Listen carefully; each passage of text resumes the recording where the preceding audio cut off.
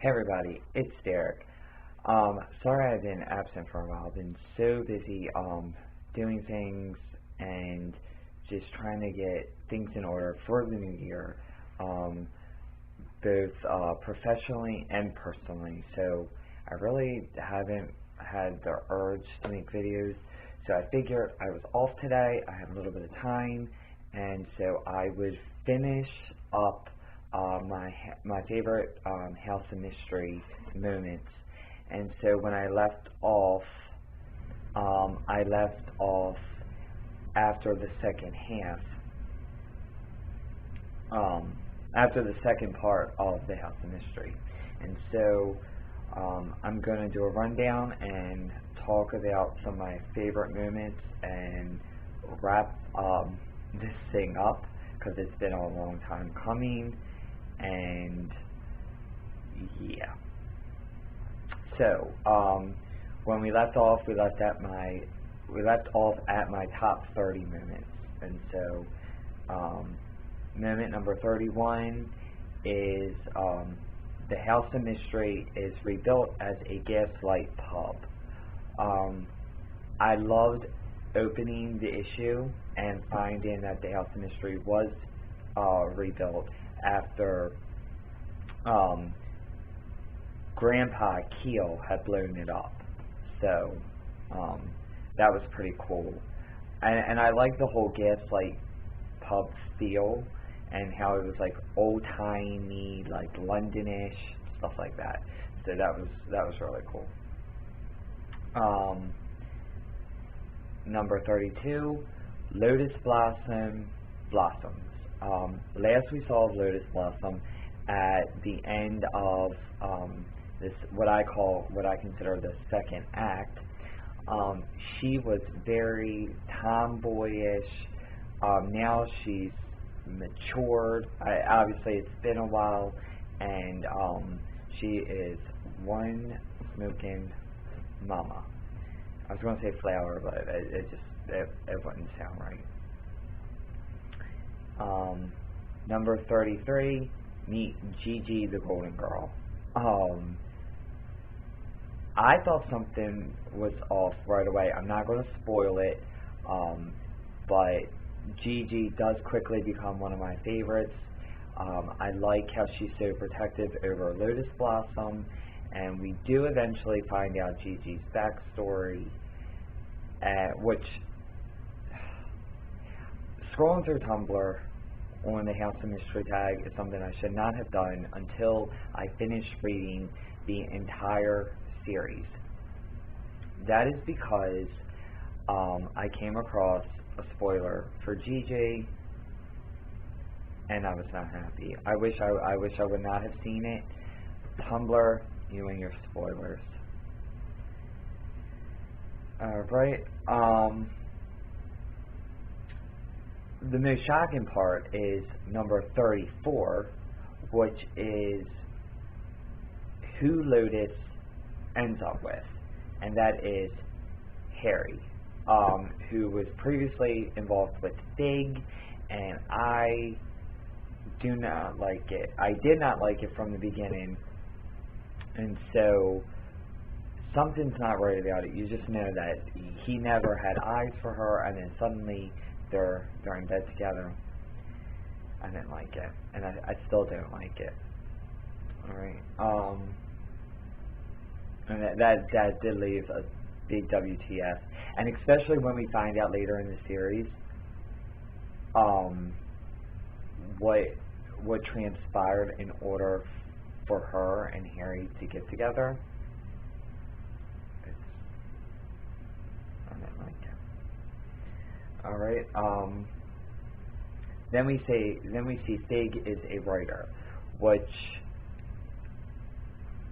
I'm not going to explain too much, but I'm pretty sure from all the other moments, if you've started reading, you can kind of glean what that means for the House of Mystery, especially when it doesn't really exist in our reality. Then we get to meet number 36. I'm sorry, I'm reading this off from my phone because it's been so long, and I'm just reading it off from here. We get to meet the Conjurer.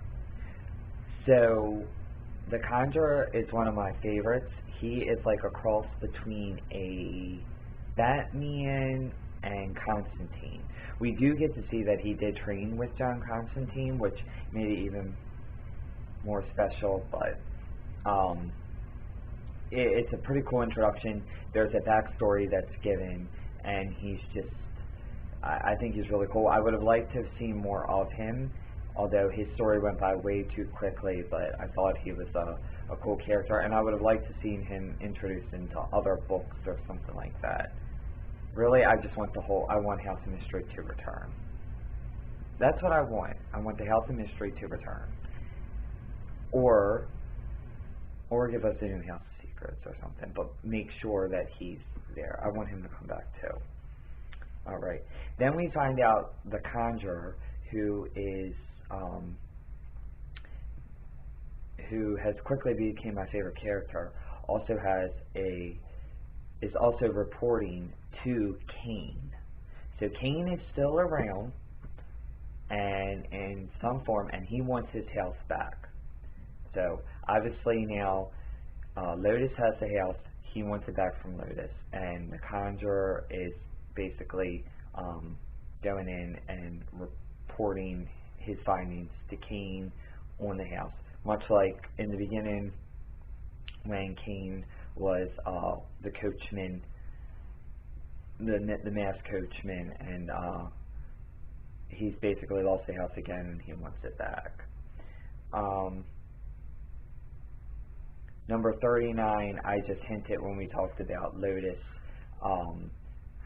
being involved with Harry, and we find out what transpired in order for Harry to be with Lotus, and so it is magic based, and which the whole thing is creepy, and I kind of dig it, and so, but you know, you just can't help but keep rooting for Harry and Fig to get together again. But does it? I don't think I'm going to spoil this. Nope, I am not. Okay. Next we have Gigi attacks. So Gigi is not having Lotus get attacked, and Gigi has some supernatural powers, and again, I think so Gigi's humor kind of throws you off, but there's a serious side to Gigi, and it's very powerful, and so when you find out who exactly Gigi is, it all makes sense. But any moments with Gigi, it's like, to me Gigi is like the Abel of this act. I don't think Abel really doesn't factor too much into this act. So Gigi is, I would say, the Abel of the story, even though Kane's still there. We do find out, so I guess I can buy number 40 and 42, but that's fine, because 42 was Gigi's backstory. I really don't want to, it's hard to talk about spoilers on here, especially since you're probably watching, and I'm probably getting you to read the series, but if you have read the story, you know Gigi's backstory. So I'm going to like switch it around, and now I'm going to talk about Fig. So Fig is a lot more powerful, and we kind of glean that through the story, but we really see that Fig is the centerpiece in all of this, as usual, and she takes her rightful place back, and eventually she does leave the house in some form or the other. I'm not going to spoil too much, but she does get exactly what she wants.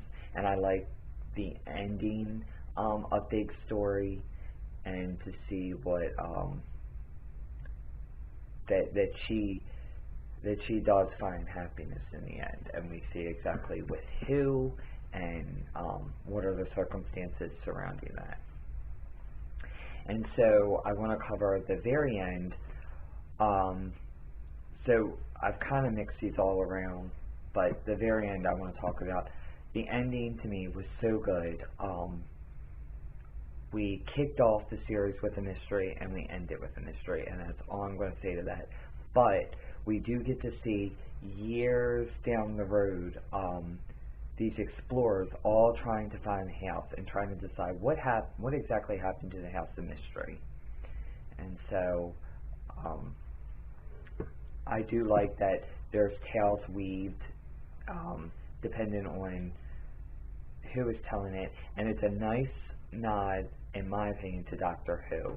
I think his name is Baron K, and he's got and I don't watch any Doctor Who, but I know people that do, and hearing them talk about it, it's obvious that this is a Doctor Who inspired character, because he has what they call a companion.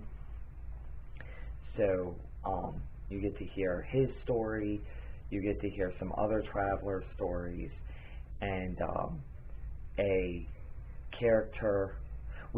But you know what? We do get to see. We do get to see what has happened to the main characters further on down the road. Some are happy, others continue to lead a lonely life, and but for the most part, it looks like everybody is happy except for a few, I think. But so that is my conclusion for my top moments in the House of Mystery. And so I do thank you for checking this out, and I really do hope that you give this series a try. It's one of my big comic book recommendations, and so thank you again for checking us out, and I will see you next time.